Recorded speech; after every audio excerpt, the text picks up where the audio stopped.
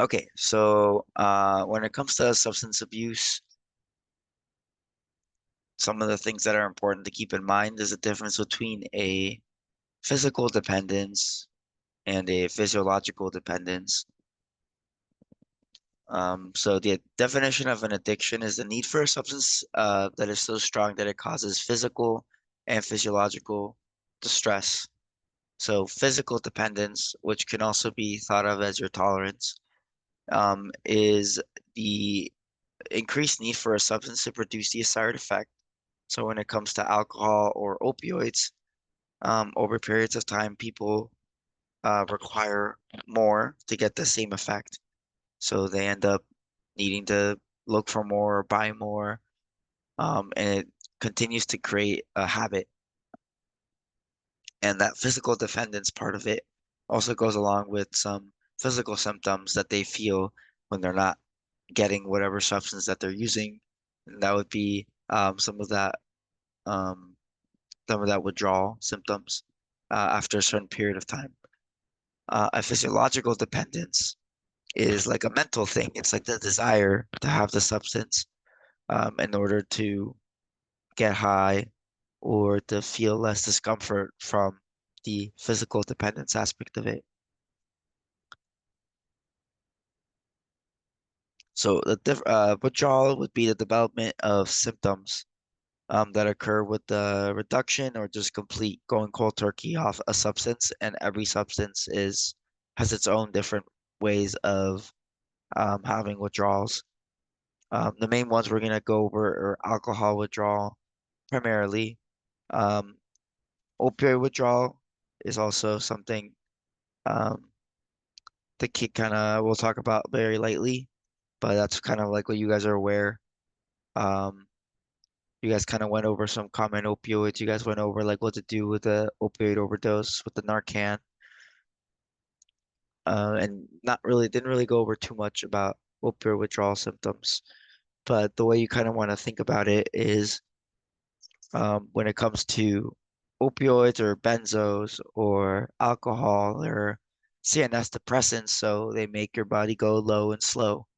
So when your body gets used to that, it kind of shifts its own baseline in order to accommodate for the substance. So if your baseline is, let's say, kind of just to have like a little picture here. Let's say this is like like this would be like CNS depressed. This is your baseline, the little half line, and then this is your being like restless, activated, stimulated.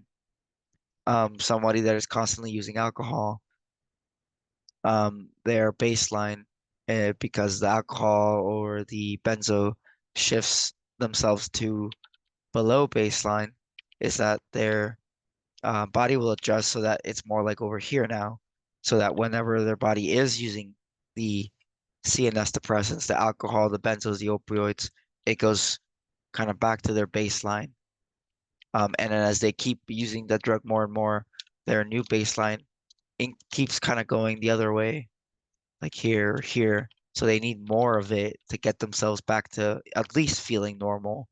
But a lot of people will go further than that and still seek the high. So they'll take enough to not just go from here back to their old baseline, but even further beyond. And that's kind of like that cycle of abuse where people are just continuously increasing what they're taking, or they feel like they're not, whatever they were taking before isn't giving them the same feeling. So maybe they seek other drugs. Maybe now it's not just they're doing a little bit of meth. Now they're mixed. Now they're getting like heroin, and maybe they're taking that with a lot with something else, or they're getting fentanyl.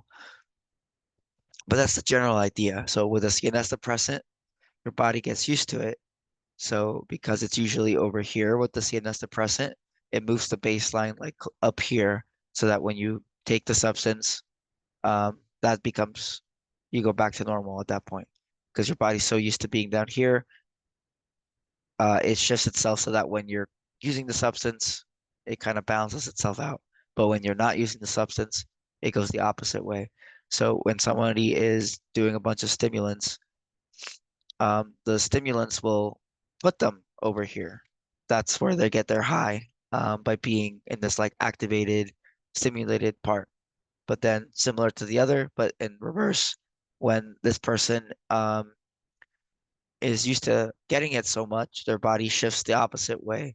Kind of like caffeine, actually. Caffeine is a stimulant.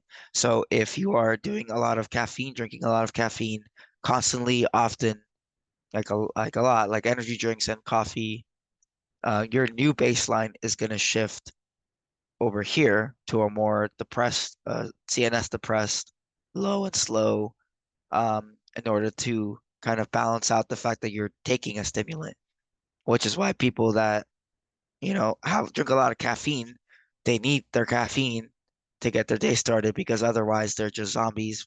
They can't, they don't have the energy. They need the caffeine to bring them back to like a baseline. Um, and then people can have caffeine withdrawals as well. Um, so if needed, it, I'm don't follow my own advice here, but yeah, it's always good to like wean yourself off caffeine, only have like a little bit of it so that you don't build enough tolerance so that when you do drink it, it's very effective and you don't feel like you rely on it.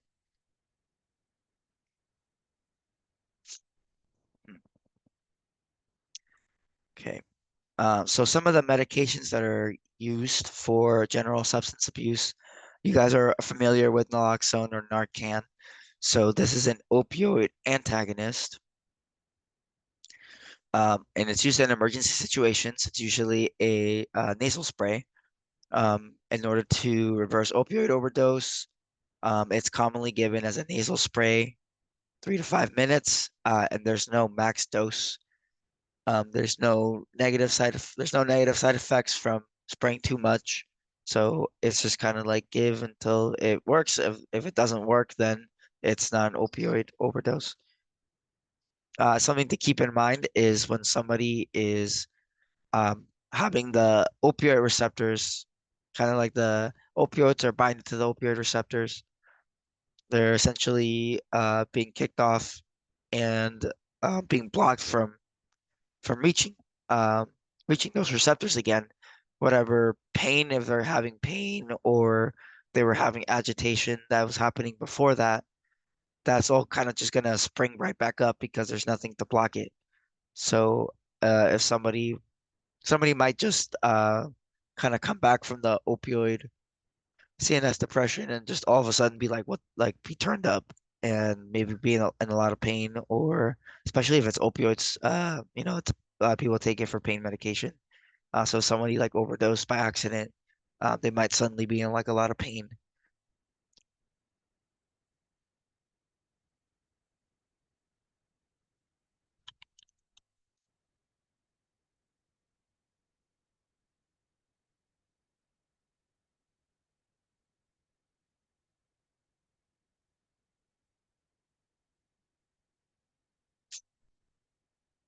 Okay. The other medication to keep in mind for pharm is naltrexone. This is also an opioid antagonist, but this one's used more for chronic use. So the idea of this one is that it's used to prevent relapse specifically for either opioid, and it does work for alcohol use disorder as well. Because it's an opioid antagonist, just like naloxone, it's going to be blocking the effects of the opioids, the euphoric effects of opioids, and it can help reduce cravings, but it does not help in a withdrawal because this is just getting rid of it. It's preventing it from working. Your body can still have that same level of tolerance or same level of dependence. So that's not going to help with any withdrawals. It's just going to help from relapsing or prevent cravings. And the difference between these two, this one's used for chronic use, prevention of relapse, and Narcan is used for emergencies, short term. The next medication that's pretty common, you can see buprenorphine by itself, but often it's seen with alongside naloxone, um, as the brand name Suboxone. If buprenorphine is by itself, it's called Subutex. The naloxone, we said it's an opioid antagonist. The buprenorphine is a partial opioid agonist, meaning that it is binding to the opioid receptors and having a partial effect. So a partial effect that the opioids would have, but the thing that makes it effective for what it's used for, and it's being used for reduction of cravings as well as with withdrawal, is that it is still having that partial opioid effect, but it's also taking up the receptors from the heavy stuff, essentially. So essentially, it's you are still stimulating those receptors, just not as hard. So that's why it's gonna help prevent the cravings because you're getting something with it, but you're also preventing withdrawal because again, you're getting something with it. Um, so that's kind of like the advantage of that. It's usually a sublingual strip, but I have seen it as a PO.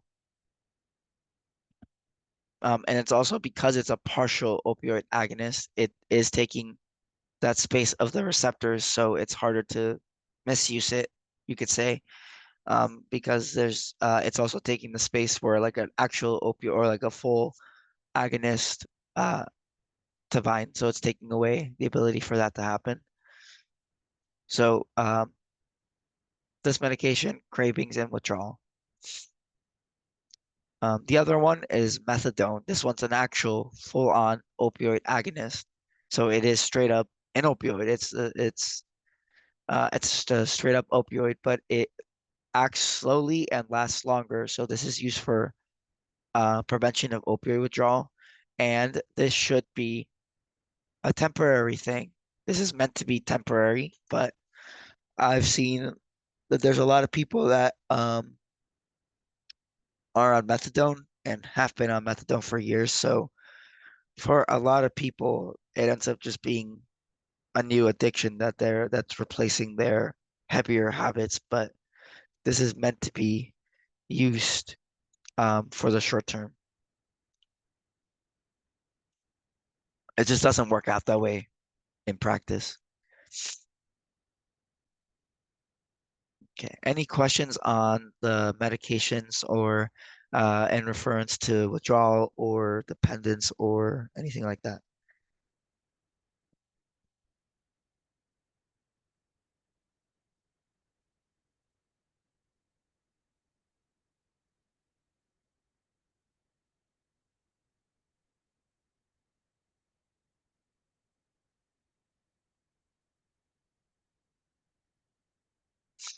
Okay. This is something that kind of it does relate to substance abuse disorder. Under a new bill, there's been an expansion of GD, of great being someone that is gravely disabled. It's been effective everywhere in California since January of this year. Now, essentially, um, being gravely disabled is now expanded to also include severe substance use disorder, um, and also include things such as their mental disorder, mental health disorder, and substance abuse disorder, and or also preventing them from receiving medical care or having access to personal safety. Um, so an example that I think I could give is we had a patient at one point that was a type 1 diabetic, had recently come from the ER or recently been to an ER for management of DKA. Um, part was treated, and then he was sent over to be treated for mental health reasons. So this person was not really managing his insulin particularly well. But at some point, they wanted to leave against medical advice. At that point in time, this bill had not been rolled out yet. So this person did not meet criteria necessarily for gravely disabled or danger to others or danger to self. So he was actually, by the pet clinician, was allowed to leave AMA, um, just because they didn't meet the current criteria, which is the inability to meet basic needs. In that case, he was able to, he had a wallet, he had a phone, and he was able to technically provide for himself, um, to that degree. And he left AMA. Um, and at some point later, we got a phone call from an ER saying that the patient had been admitted to the ER, or like admitted to the hospital, or was in the ER, um, for issues with his insulin management. Um, and just like any collateral information since he was here previously. So in that instance, his mental health disorder made it difficult for him to provide his own necessary medical care.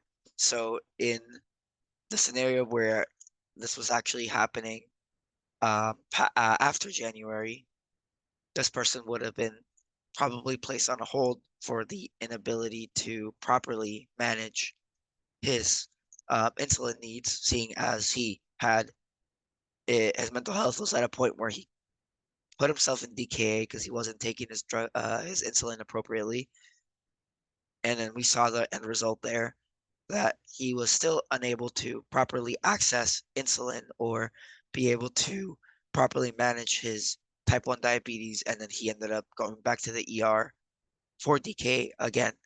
So this person would have been put on a hold under the new definition. Um, so that would be an example of like your mental health not being able to give you access to medical care, but also is now included for severe substance abuse, where someone is intoxicated so often, so severely, to the point where they are not taking whatever necessary medical needs are needed to be taken care of, like insulin, like blood pressure medications, stroke prevention medications, anticoagulants, antidysphorinetics, whatever the person could be taking, or if just their constant substance abuse prevents them from obtaining food, clothing, shelter, or having a safe plan.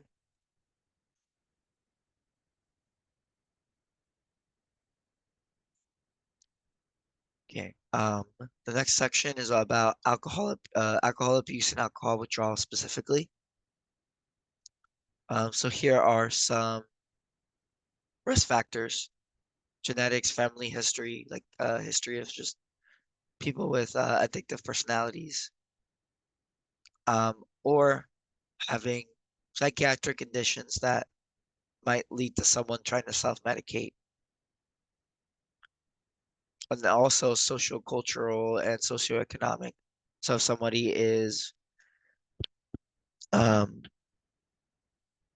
maybe they're having issues with poverty, uh, they find ways to cope, and one of their coping is drinking a bunch of alcohol. That could lead to that,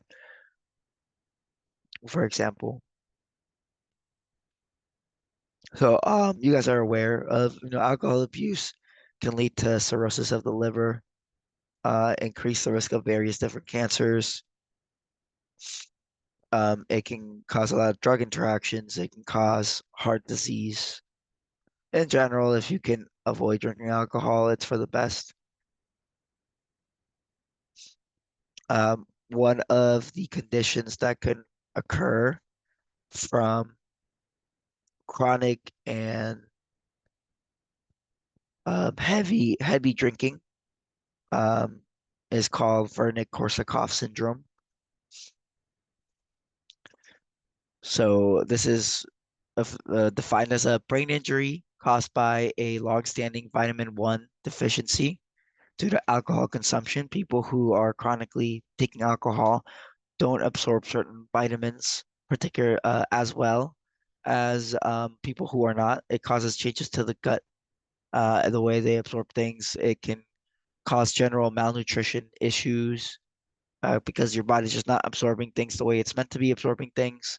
But this thiamine deficiency is a pretty big one. So people that have a lot of alcohol abuse history, you might see even in like the medical hospital, they might be getting thiamine supplements, maybe folic acid supplements too.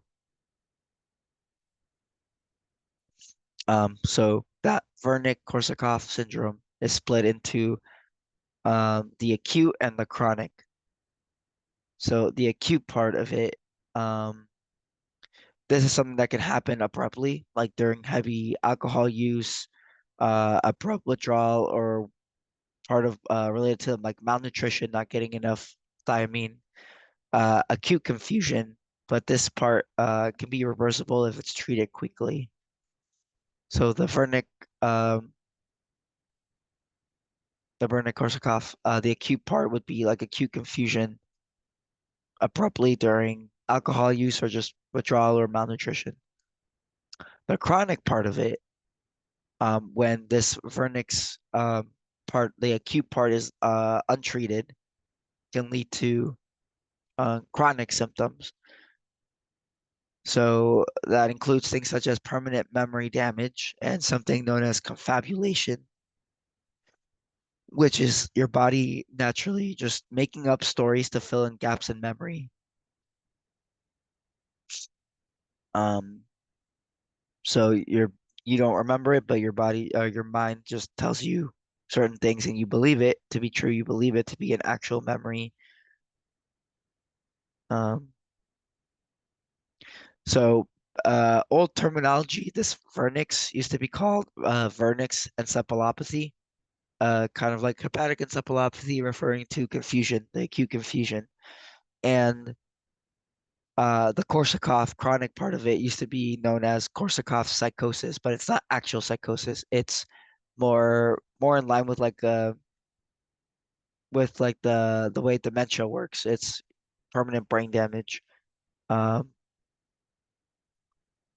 but that's kind of like something to keep in mind. If you've had a patient with alcohol abuse history, you might have seen the thiamine. Maybe you saw like a banana bag or something like that, like the yellow IV fluid.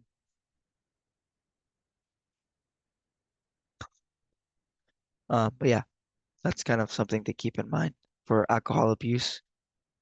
One of the bigger focuses we're going to be focusing is on alcohol withdrawal, and then the severe case of delirium tremens. So alcohol withdrawal, like I mentioned before, your body got used to the depressant, so your new baseline shifts in the opposite direction. Your new baseline shifts in the opposite direction to try to balance out the depressing effect and kind of get you to a baseline. Tries to neutralize the constant depressant effect by your body shifting to a stimulated baseline. So when you're not getting your alcohol, your body is staying in that agitated baseline or even escalating at that elevated baseline. So that includes basically everything going up. You're having increased sweating, increased temperature, increased heart rate, increased anxiety, tremors, shaking, increased blood pressure, an increase of photosensitivity. You can start having an increase in perceptions. So now you could be having hallucinations, auditory hallucinations, visual hallucinations, tactile hallucinations, feeling bugs crawling under your skin, seeing flowers bloom on the walls, hearing voices telling you things. Um, it can have a increase in GI motility, so nausea, vomiting, um, a headache, and even like a seizure. So too much brain signals going on, seizures. Um, In severe cases, very severe withdrawal, this is called delirium tremens. It's going to be more of the same here, but it's going to be far more extreme. It's going to come with profound confusion, disorientation, um, severe tremors, I would say, because you can still have tremors in the other one, like little minor shakes. Um, let's see, about severe tremors.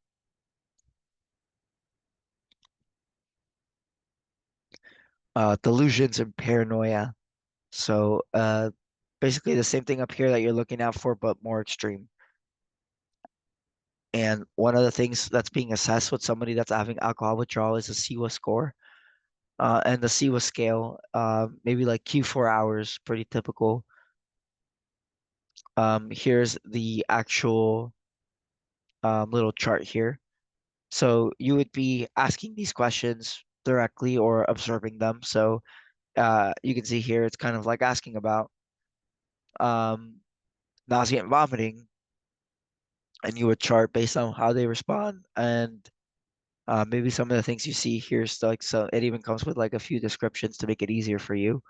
Tremors slash shaking. Like, are you seeing it? How bad is it? Sweating, anxiety, how agitated they are. Because again, they're flipping to that like stimulated um, stimulation, being overstimulated as their baseline. Disturbances in perception here, headaches, and then their orientation. And then the CIWA score is usually tied, especially in the ER, to an order of a benzodiazepine. Usually it's Ativan.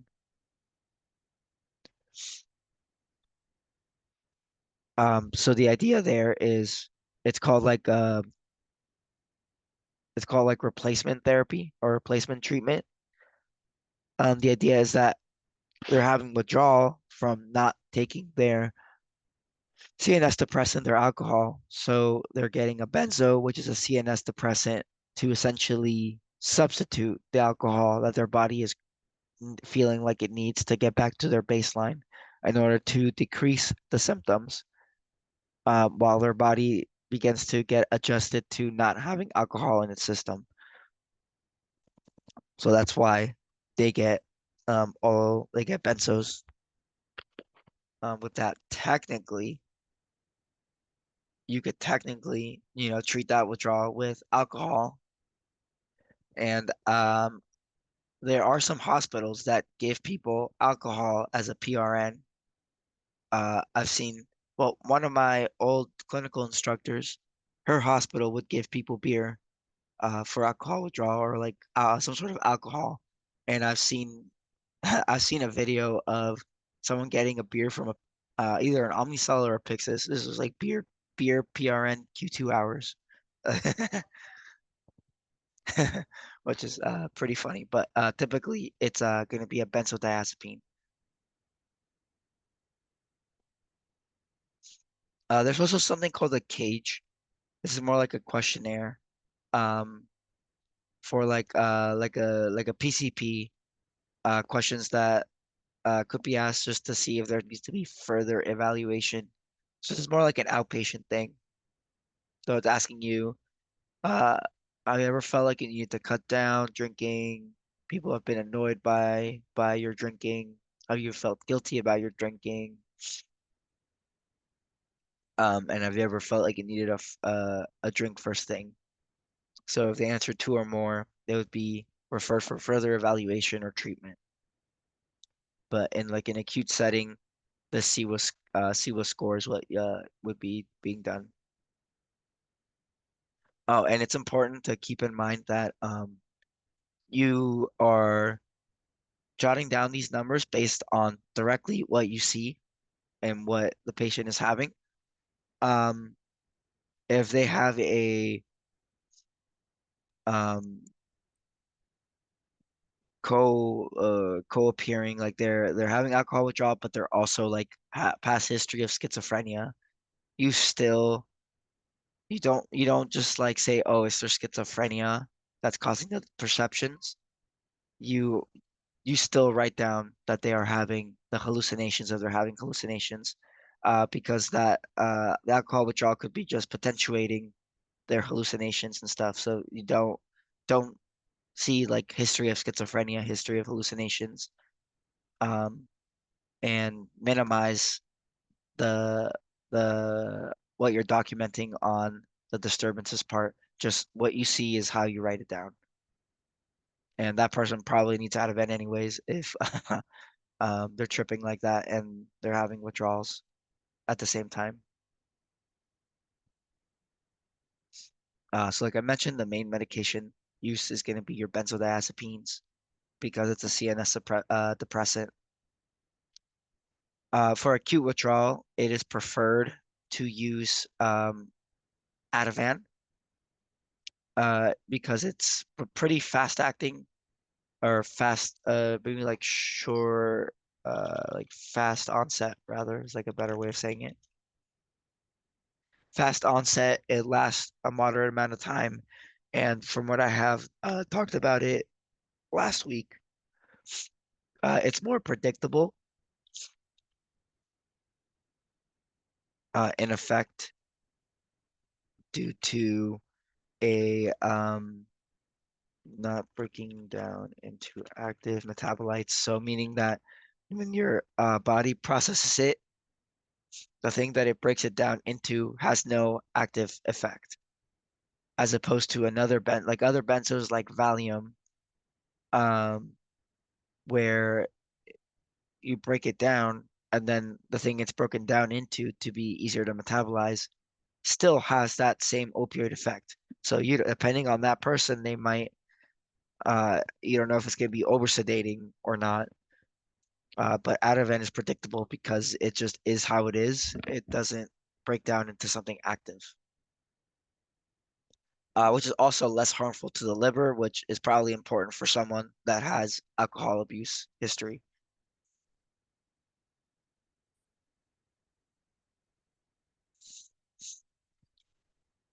And I'll write that down here. So less predictable.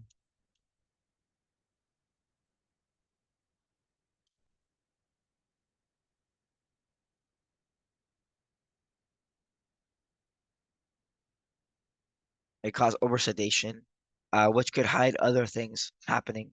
It's possible that they're oversedated, so there's something that's going on that you don't notice or is harder to tell because they're so sedated. Like maybe they're so sedated you can't tell that fuck, like they just have they're having a stroke, but they're just knocked the hell out. They're oversedated, knocked the hell out. Um,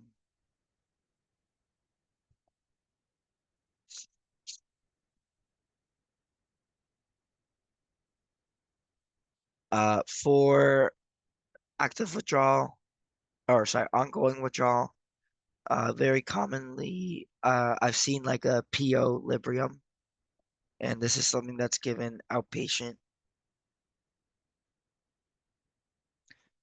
It's moderate, kind of like moderate speed, like a moderate onset, and it's long lasting.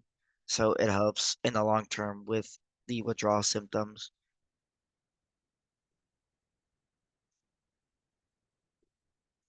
If somebody is having a more severe and ongoing withdrawal, inpatient wise, they could then switch to Valium or diazepam because then at that point it's like, okay, we really do be needing this. Very short acting and it's very long lasting. But typically you will see IV Ativan in the inpatient setting and PO Librium in the outpatient setting. If you see it, if you see Valium, it's showing that like it's a very severe case.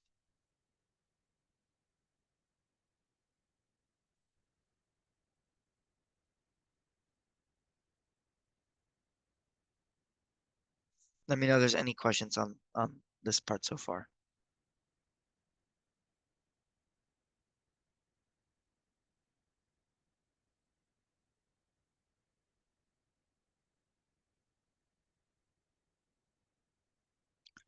Uh, Something interesting about the Valium is that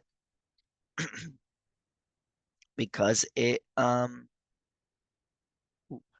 because of the active metabolites, you it can technically be it can technically be self-tapering because it's breaking down into other stuff that's still causing an effect. So you can kind of just let it hang and it will taper itself down over time.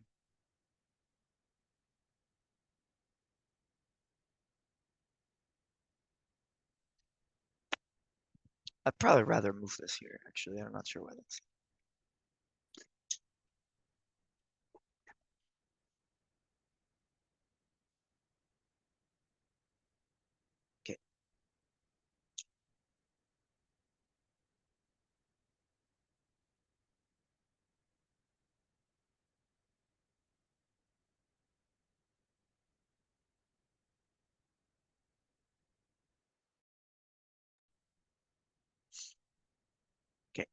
Um, the Valium can also be PO for actual ongoing, but I feel like it's way more common to see the Librium.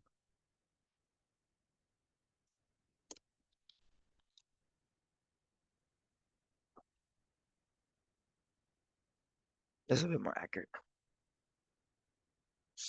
We talked about the naltrexone. I mentioned the thiamine and multivitamins. Folic acid specifically is also good. Maybe they need a vitamin B12. Um, vitamin B12. So thiamine, folic acid, vitamin B12 are the ones that are most likely to be affected.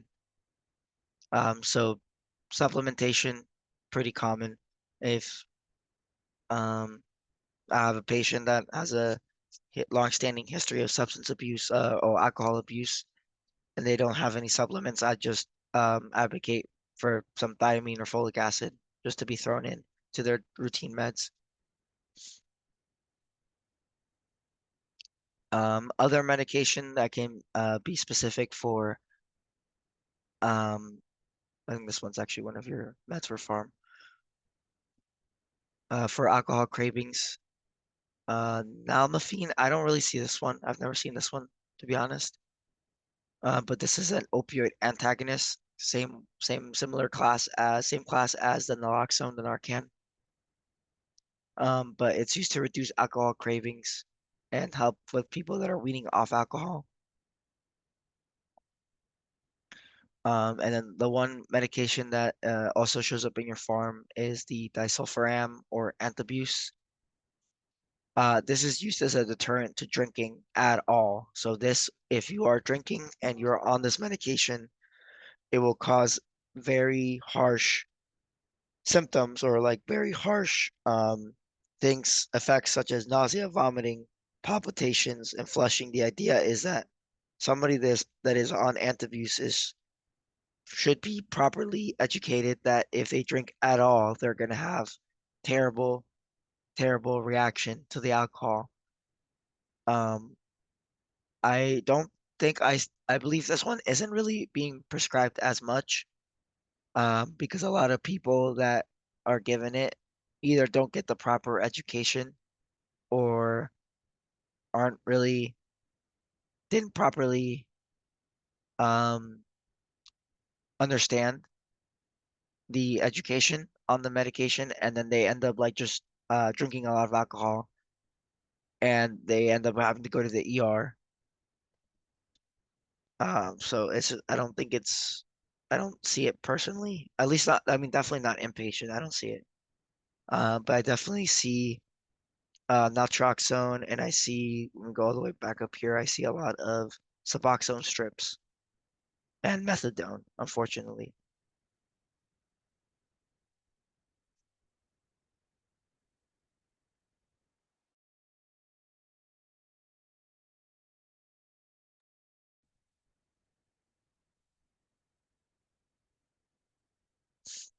Okay. So some of the patient education, you could talk to them about things that led to alcoholism, finding ways to substitute, um, just different coping skills that can get their mind off the alcohol. Going to Alcoholics Anonymous groups, definitely important to educate on proper nutrition because of the impairment of absorption, so they need supplementation. And there's also just general counseling. Um, but yeah, that's it for substance abuse. There's not too much that they're really going to be tested. You're expected to be tested on. The main things is that make sure that you understand your medications for farm, so naloxone, your Narcan for short-term emergency, naltrexone for chronic opioid and alcohol use disorder. If you do get tested on Suboxone, I have it here. Methadone, I have it here. Probably will have a question on the new expansion of GD because now it does include substance use disorders. For someone being put on a 5150 hold. Um, Definitely know your signs and symptoms of alcohol withdrawal. That delirium tremens is going to be a severe version of it.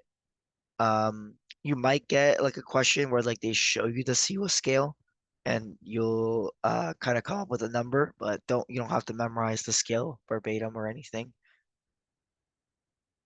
For the management, yeah, keep in mind you're gonna be using benzodiazepines, the typical ones that are used. It's gonna be aligned with your CWA score, so you might have an order that's like CWA score Q4. I give Ativan if CWA scale is like 10 or higher, and then if it's 15 or higher, maybe you give an extra milligram of Ativan. And then we talked about the disulfiram, patient education um, on nutrition and supplementation is important. Sorry, I had to look it up. Oh yeah, right here. Do you think this is important to keep in mind? Because that relates to that Vernix Korsakoff that I talked about, which I don't think you're gonna get directly tested on, but I definitely think this will come up on a Kaplan, and it can come up on a NCLEX question. So the long-term consequence of thiamine deficiency, acute confusion, and memory changes, confabulation. Okay, that's pretty much it. Definitely no difference between physiological, which is I guess kind of like your addiction part, versus a tolerance or a dependence. And then what a withdrawal is.